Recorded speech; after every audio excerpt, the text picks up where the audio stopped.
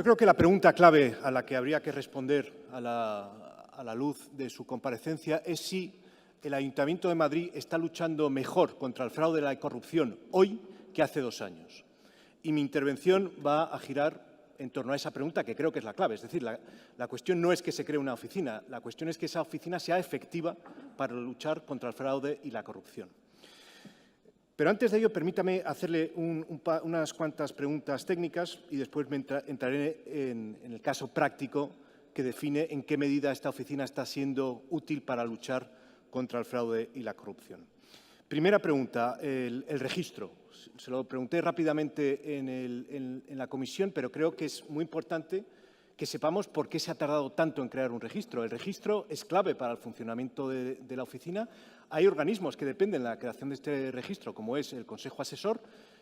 Para el funcionamiento de las denuncias y para su tramitación es evidente que tiene que haber un registro y, francamente, que se haya tardado más de 1 año en crear un registro, pues bueno, no dice mucho de la agilidad administrativa, no sé, supongo que no de la oficina, pero sí de los responsables administrativos del Ayuntamiento de Madrid.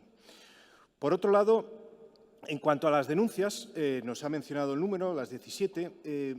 Yo creo que ha hecho bien la señora Saavedra en pedirle más concreción en torno a estas denuncias, tomando como ejemplo el informe de la oficina catalana. Me gustaría que nos dijese cuáles son los límites en términos de normativa de protección de datos para que nos pueda dar esa información. Entiendo perfectamente que hay un límite, no nos puede dar todos los detalles, pero sí que querríamos más detalles. Entonces, ¿dónde está el límite y hasta dónde podemos llegar?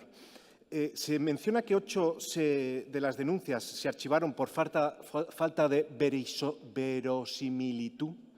Me gustaría saber cómo lo calibran eso. ¿Cómo se define qué es verosímil y qué no es verosímil? Me gustaría saber también la denuncia anónima, si esa es de las que no fueron verosímiles. A medio plazo, me gustaría saber en qué medida las denuncias anónimas van a caer en la falta de verosimilitud o no. Puede haber una tendencia a verlo o puede que no. De los 7 expedientes restantes, los que sí que se tramitaron, me gustaría que nos diese alguna información más, porque la memoria, francamente, es que no dice nada sobre ellos y me gustaría que nos pudiese decir algo sobre ello. Y, sobre todo, esos informes que ha hecho sobre estas 7 denuncias que se han tramitado, ¿qué impacto han tenido? Como bien ha dicho usted hace un expediente porque usted no tiene capacidad sancionadora, hace expediente y los remite a quien sea responsable para que tome, lo ha dicho usted, literalmente, para que se adopten las medidas oportunas al respecto, efectivamente. Y aquí ya es donde empezamos a entrar en el quid de la cuestión. Es decir, la Oficina contra el Fraude está para luchar contra el fraude, no está para glosar el fraude. Porque si su oficina o si la lucha contra el fraude y la corrupción lo que se limita es hacer informes que después no tienen ningún impacto real, pues francamente poco hemos avanzado contra el fraude y la corrupción. Es decir, la cuestión no es que la Comisión diga qué bien se ha creado una oficina, la Comisión Europea, qué bien se ha creado una oficina contra el fraude y la corrupción en Valencia y en Madrid. La cuestión es que sirva para algo esta oficina. Y francamente, el precedente que tenemos pues no nos da muchas alegrías sobre la capacidad que tiene esta oficina para luchar contra el fraude y corrupción. ¿A qué ejemplo me remito? Pues evidentemente a la denuncia presentada por Ciudadanos, que incomprensiblemente no ha mencionado en su intervención. Yo no sé, 10 minutos, y no he tenido a bien hablar de la denuncia que ha presentado ante su oficina sobre Madrid Destino.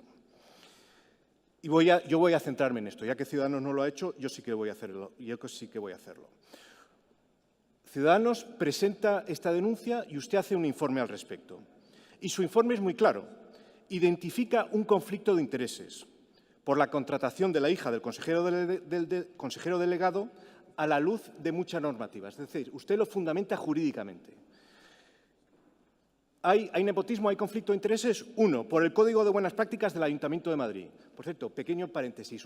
Una de sus propuestas es que se actualice este Código de Buenas Prácticas que se aprobó en el 2008. Hombre, está bien que se actualice, está mejor todavía que se aplique, porque el problema que tenemos es que no se está aplicando y usted mismo ha dicho que no se está aplicando este código. Segunda normativa que identifica este conflicto de intereses, este caso de nepotismo. La Ley 5/2006, de 10 de abril, de regulación de los conflictos de intereses de los miembros del Gobierno y de los altos cargos de la Administración General del Estado, y su sucesora, la Ley 3/2015, de 30 de marzo, reguladora del ejercicio del alto cargo de la Administración General del Estado. Tercera normativa que usted identifica para decir que ha habido conflicto de intereses en Madrid Destino, la Ley de Contratos del Sector Público de 2017. Es decir, hay un conflicto de intereses. Y después usted añade que debería haber, el consejero delegado tenía la obligación, que incumplió, de abstenerse en el procedimiento de contratación de su hija.